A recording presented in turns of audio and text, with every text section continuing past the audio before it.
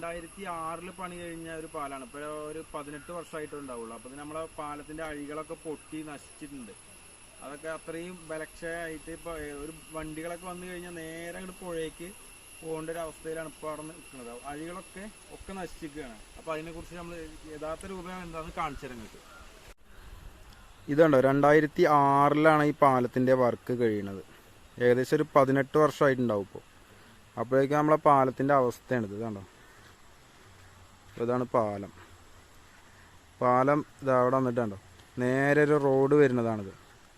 ഇവിടുന്ന് ഈ സ്ത്രീകളൊക്കെ ഓട്ടുമ്പോൾ അവർക്ക് ചെറിയൊരു പരിമിതി ഉണ്ടാവില്ല ഓട്ടുന്ന കാര്യത്തിൽ.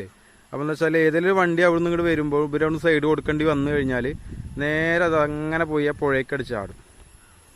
ഇതാണ്ടോ, ഇതാണ് ഇവിടുത്തെ അവസ്ഥ. ഒരഴിയുമേണ് ഒരു 2 ഫില്ലർ നിൽക്കുന്നത് ഒരൊറ്റ അഴിയിലാണ്. അവിടെ ഒരു ഫില്ലറേ നഷ്ടപ്പെട്ടിട്ടുണ്ട്. നല്ല പുഴയ്ക്ക് പോയിട്ടാണ്. ഇതാണ്ടോ, ഇങ്ങനെ വന്നിട്ട് വീഴും താഴത്തേക്ക്. ഇങ്ങനെ വന്നോ ഇത് കിടക്കണുണ്ടോ, അവിടെ താഴത്ത് കിടക്കണുണ്ടോ. ഇതിപ്പോൾ ഇതേപോലത്തെ ഒരു ഫില്ലറാണ്.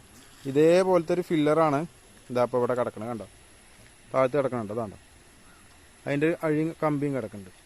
പിന്നെ ഇത് പുഴങ്ങിപ്പോയ സ്ഥലമാണ്. ഇതാണ്ടോ, ഇത് വെറും മണ്ണായിട്ടാണ് കാണുന്നത്.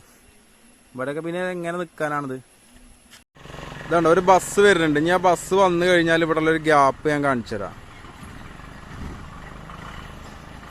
ഒരു 2 വണ്ടിക്കുള്ള ഗ്യാപ്പ് ഉണ്ടാവും. ഈ ഒരു ഗ്യാപ്പാണ് ഇവിടെ ഉള്ളത്. ആ ഗ്യാപ്പിലൊരു ബൈക്കൊക്കെ എങ്ങനെ പോവുക. അപ്പോൾ പരമാവധി നമ്മളിത് ഷെയർ ചെയ്ത് കഴിഞ്ഞാലുള്ളൂ പഞ്ചായത്തിലെ ആൾക്കാരൊക്കെ അത് അറിയുള്ളൂ. അപ്പോൾ എല്ലാവരും പരമാവധി ഒന്ന് ഷെയർ ചെയ്തിട്ട് ഇത് എത്തേണ്ട കൈകളിൽ എത്തിക്കാൻ നോക്കാം. ഓക്കെ, അപ്പോൾ താങ്ക് യു.